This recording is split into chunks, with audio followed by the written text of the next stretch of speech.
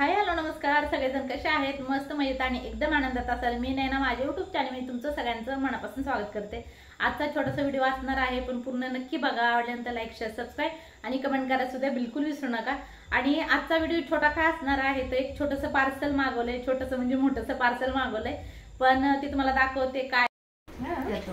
आणि हे दोघीचं चाललाय डान्स इथं उलट फिरवतो आणि असं हातात हात देतो आणि असं उचलतो असं उचलून फिरवतो बरोबर। हां माहिती हे बघा असं नाही गे झाले थांब जेव्हा फिरवून तेव्हाच फिरायचं मनाने नाही फिरायचं बरोबर। फिर हे हाताच्या मागे लाव असं गाणं लागायची फक्त हे असते कमी असते तर नाचायचं चालू होतं त्यांचे। आणि कुणी पण जरी नाच म्हणलं ना लगेच नाचायचं चालू करते। आम्ही तुला एक सांग आम्ही आता ढोल वाजवायला गेलो वाजवला आम्ही ढोल वाजवायला गेलो पण वाजवतच आहे ना मग वेळ वाजवला त्याचे कान केलं झाले ते डायरेक्ट ढोल उचलून तिकडे त्याला आम्हाला काय बोलावं कळलं नाही बोलले लागते चला चला दे आमचा ढोल असं म्हणायची ना ना नका वाजू पोरींनो ट्राय केल्याशिवाय आहे ना वाजवतो गणपती ते पण आहे।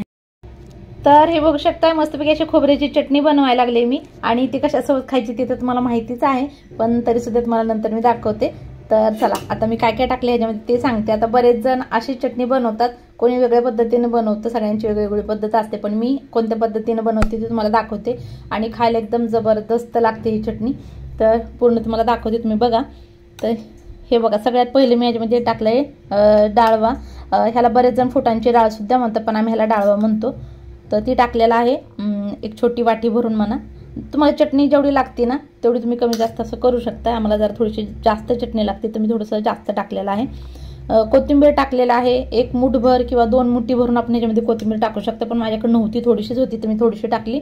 थोडी पुदिन्याची पानं टाकलेले आहेत। तर खोबरं मी कटच करत होते तर म्हणलं जाऊ द्या तुम्हाला दाखवते। मिक्सरचं भांडं गच्च भरून जाईल आणि नंतर मग व्यवस्थित असं दिसणार नाही त्यासाठी म्हणलं नंतर कापते। आणि लसणाच्या पाकळ्या टाकल्यात ह्याच्यामध्ये 5 ते 6। हिरव्या मिरच्या सुद्धा तुम्ही तुमच्या आवडीनुसार कमी जास्त करू शकता। मी 7 ते 8 टाकलेल्या आहेत।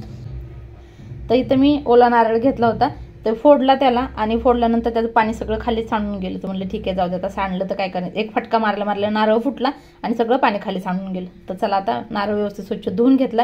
ह्याच्यावरची साल न काढता मी बारीक कट करून घेते आणि मस्तपैकी अशी बारीक चटणी वाटून घेते थोडंसं पाणी टाकून आणि चवीनुसार मीठ टाकून। ठीक आहे झाल्यानंतर तुम्हाला दाखवते। तर मस्तपैकी अशी चटणी बारीक एकदम वाटून झाली। मी थोडं पाणी टाकून अशी बारीक चटणी वाटून घेतली आणि आता ह्या चटणीला आपल्याला द्यायची आहे फोडणी। तेल टाकलंय आणि आता ह्याच्यामध्ये टाकायचं आहे आपल्याला जिरी मोहरी आणि ताजा मस्तपैकी असा कढीपत्ता। तुमच्याकडे नसेल तर तुम्ही जे असेल तुमच्याकडे तो टाका। माझ्याकडे मस्तपैकी असं कुंडीत झाड आलेला आहे त्या झाडाचा तोडून मी ताजा कढीपत्ता टाकते।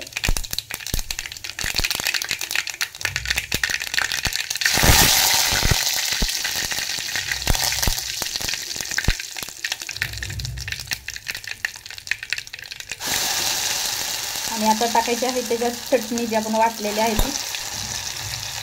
त्या मस्तपैकी अशी आपली चटणी तयार झाली। त्याच्यामध्ये मी थोडंसं पाणी टाकलंय आणि चवीनुसार मीठ सुद्धा व्यवस्थित आहे।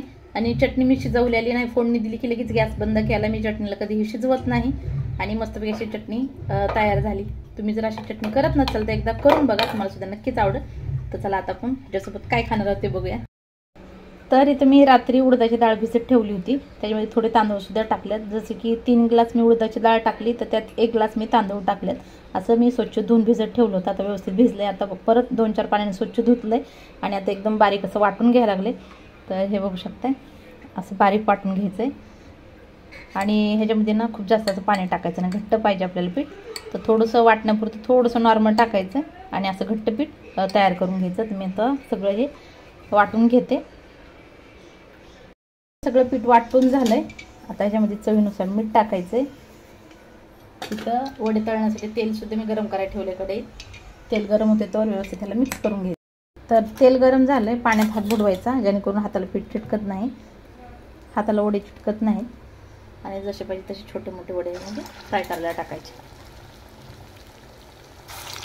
तुमच्याकडे त्याच्या साचा असेल ना, तुम्ही साच्याने बनवू शकता, पण माझ्याकडे नाही, तर मी हातानेच बनवते. आणि मी आणत पण नाही आहे साचा, तर मला साच्यामध्ये आवडत पण नाही, मी हातानेच बनवते. हाताने सुद्धा एकदम मस्त असे वडे होतात आणि खूप जास्त असं तामझाम नाही, साच्याला काढायचं, त्यात भरायचं, त्यात धुवायचा परत. तर हे कुटाने काही नको, त्यासाठी मी हातानेच बनवते. आता मस्तपैकी असे खरपूस फ्राय करून घ्यायचे वडे आपल्याला.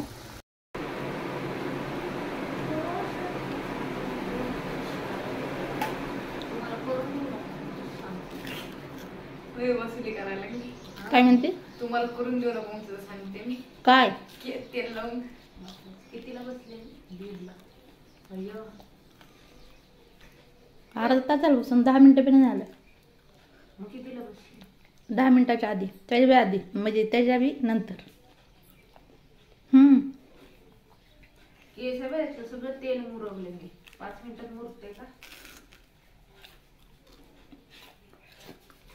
मोबाईल बघते ना थोडा मालिश. अशीच मसाज करत मी इथं झोपते. अशीच मसाज करत मी इथं झोपते. माझी रोज रोज मसाज केली ना मी तुला महिन्याची पगार दे. तर चला, एक छोटंसं पार्सल मागवलेलं आहे आणि काय पार्सल आहे ते तुम्हाला दाखवते. जर पूर्ण व्हिडिओ आवडला तर लाईक, शेअर, सबस्क्राईब आणि कमेंट करायचं सुद्धा बिलकुल विसरू नका. आणि हे पार्सल मी पहिल्यांदाच ऑनलाईनवर मागवलेलं आहे. आता मी खोललेलं नाही, तर माहिती नाही कसं आहे कसं नाही. जर चांगलं जर असलं तर एकदम मस्तच, का तर एकदम स्वस्तात मस्त असं पार्सल मागवलेलं आहे. तर चला, वेळ न घालवता आपण. तर हे बघू शकता, हे छोटंसं पार्सल दिसायला मोठं आहे. बघूया आपण खोलून. एकदम हलकं फुलकाचं पार्सल आहे. ओळखा बरं तुम्ही काय असेल ह्याच्यामध्ये. येईल का ओळखायला? तुम्हाला नाही येणार ना? ठीक आहे, चला. मला पण माहित नाहीये कसं आलंय कसं नाही, पण काय आहे हे मला माहिती आहे. तर चला, खोलते आणि तुम्हाला दाखवते पहिल्यांदा मागवलेलं पार्सल कसं आलंय कसं नाही. तर चला, खोलून बघूया पार्सल मध्ये काय आहे काय नाही. तुम्हाला दाखवते, मला तर माहिती काय.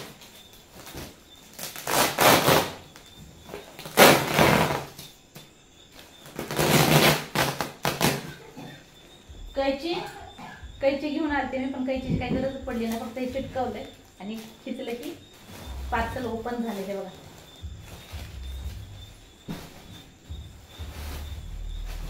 तर पार्सल म्हणजे काय आहे बघा.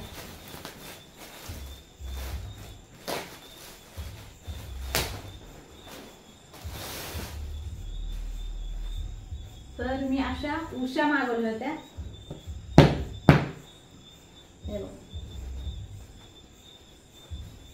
म्हणलं माहित नाही कशा येतात कशाने. हे कपडा तर कॉटनचा आहे. सिल्कचा कपडा असला ना तर डोकं जर ठेवलं ना तर ते घसरतं खाली, पण हा कॉटनचा कपडा आहे, सरकणार तर नाही.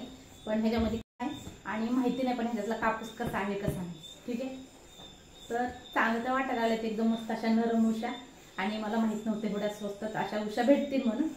तर ठीक आहे, बघू थोडे दिवस वापरून आणि बाकी नंतर बघूया आपण असं काय करायचं काय. तर 4 उषा आहेत तेव्हा.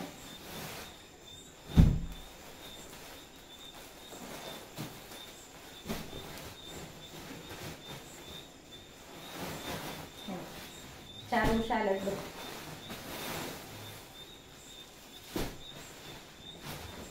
आणि ह्या उषा कितीला असतील सांगून? उषा फक्त 300 रुपयाला आहेत. खूप महाग नाही. 300 पेक्षा सुद्धा 4-5 रुपये कमी गेलेत, तरी समजा 300 रुपयाला ह्या उषा आहेत. जर तुम्ही आता मागवायचे असतील तर तुम्ही मागवू शकताय. मी ह्याच्या खाली लिंक देईल. आणि दुसरं म्हणजे थोड्या कमी जास्त होऊ शकतंय. 300च्या वरती जाऊ शकते किंवा 300च्या खाली सुद्धा येऊ शकते. आणि मला वाटलं नव्हती 300 मध्ये उषा भेटतील, का तर मी उषा आणल्यानंतर ती कधी 800ला 900ला अशा उषा भेटतात आणि त्याच्यापेक्षा सुद्धा महाग भेटतात. पण 300 मध्ये 3 उषा 4 उषा कमाल झाली. माहित नाही, पण आता ह्याचा कापूस चांगला आहे की खराब आहे. आणि एवढं स्वस्तामध्ये मला नाही वाटत. एकदम मस्त असा कापूस असेल त्याच्यामधला. एकदम सॉफ्ट तर वाटायला लागलाय. तर चला, मस्त अशा उषा भेटलेल्या आहेत मला तर आवडल्या. त्याच्यावरती कवर वगैरे मी शिवून घेते. घरी मशीन आहे म्हणल्यानंतर बसून बसून तेवढं काम करू शकते. तर कवर बसवते. थोड्या दिवस वापरता येतील तर वापरेन, बाकी नंतर बघूया. ठीक आहे. तर चला, हा छोटा व्हिडिओ तुम्हाला सुद्धा नक्कीच आवडला असेल. आवडला तर लाईक, शेअर, सबस्क्राईब, हाईक करायला विसरू नका. आणि उषा मागवायची असली तर